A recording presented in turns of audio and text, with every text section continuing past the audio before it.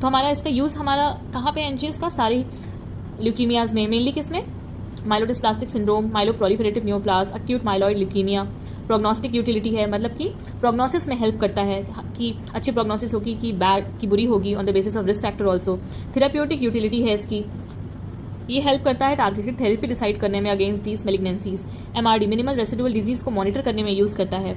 ये detect novel biomarkers for specific diseases and also tumour biology, यानी कि genomic profile और स्टडी करता है म्यूटेशन।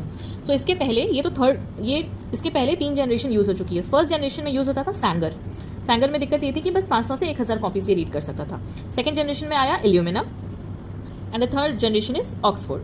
ठीक है, सो लिमिटेशंस क्या क्या है। शॉर्ट रीड, मतलब कि जो शॉर्ट रीड वाले हैं वो लॉन्ग सीक्वेंस को मिस कर देते हैं। जो लॉन्ग रीड है उसमें करने में लंबा टाइम लगता है, इसलिए एरर आ जाता है। फिर लैब बायस है, फिर हैंडलिंग, स्टोरेज और मेंटेनेंस में भी एरर आ सकता है। ठीक है, शॉर्ट रीड लॉन्ग रीड, मतलब कि शॉर्ट रीड जो टाइम है वो इल्यूमिना शॉर्ट रीड टाइम से वर्क करता है, और जो लॉन्ग रीड टाइम है वो ऑक्सफोर्ड में थर्ड जनरेशन में। एनजीएस हमारा कौन सा हुआ, सेकेंड जनरेशन में हमारा आया एनजीएस।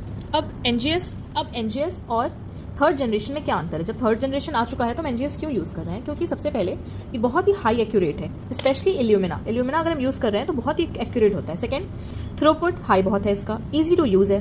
थर्ड, आरएनए सीक्वेंसिंग हमें जब भी करना है तो फिर हम एनजीएस कर सकते हैं। ठीक है, थर्ड जनरेशन आपको कब यूज़ करना है, जब आपको लॉन्ग रीड चाहिए। ठीक है, जब आपको तुरंत डेटा चाहिए तो आप यूज़ कर सकते हैं। जब आपको एपिजेनेटिक्स या फिर स्ट्रक्चरल वेरिएंट्स पढ़ना है तो जब ऐसा कोई स्पेसिफिक नीड है आपका तो ही आप थर्ड जनरेशन करो, otherwise this is always best because it is very accurate. ठीक है, तो I hope you understood this topic. कोई भी इशूज़ हो किसी भी टॉपिक में तो आप कमेंट कर सकते हो। ठीक है, तो I hope you are done. और हाँ, जैसे इसमें लिखा ना थ्रूपुट हाई, तो थ्रूपुट मतलब कि amount of data generated at a point of time, वो भी इसका हाई है, तो overall this is good. Okay, bye bye.